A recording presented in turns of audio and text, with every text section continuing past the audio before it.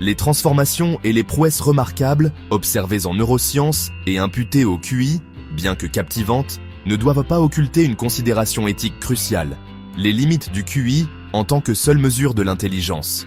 Si les tests de QI peuvent fournir un aperçu de certaines capacités cognitives, ils ne parviennent pas à saisir la nature multiforme de l'intelligence humaine, qui englobe la créativité, l'intelligence émotionnelle, l'adaptabilité sociale et une myriade d'autres caractéristiques précieuses qui défient une quantification facile.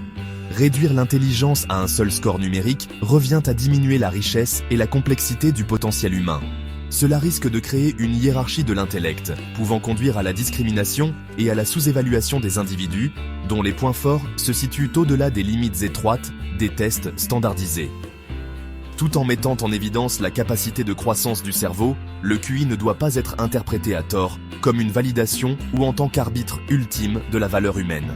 En outre, il est essentiel de reconnaître les biais culturels inhérents à de nombreux tests standardisés, y compris les tests de QI.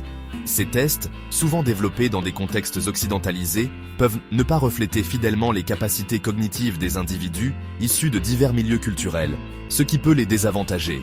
Les expérimentations menées dans un contexte culturel spécifique soulignent l'importance de prendre en compte les facteurs culturels lors de l'évaluation de l'intelligence et de la conception des interventions. Les gains cognitifs remarquables observés ne doivent pas occulter l'impératif éthique d'adopter une compréhension plus holistique et inclusive de l'intelligence. Il s'agit de célébrer les forces et les talents uniques de chaque individu, en reconnaissant que l'intelligence se manifeste de manière diverse et multiple, défiant toute catégorisation ou comparaison facile.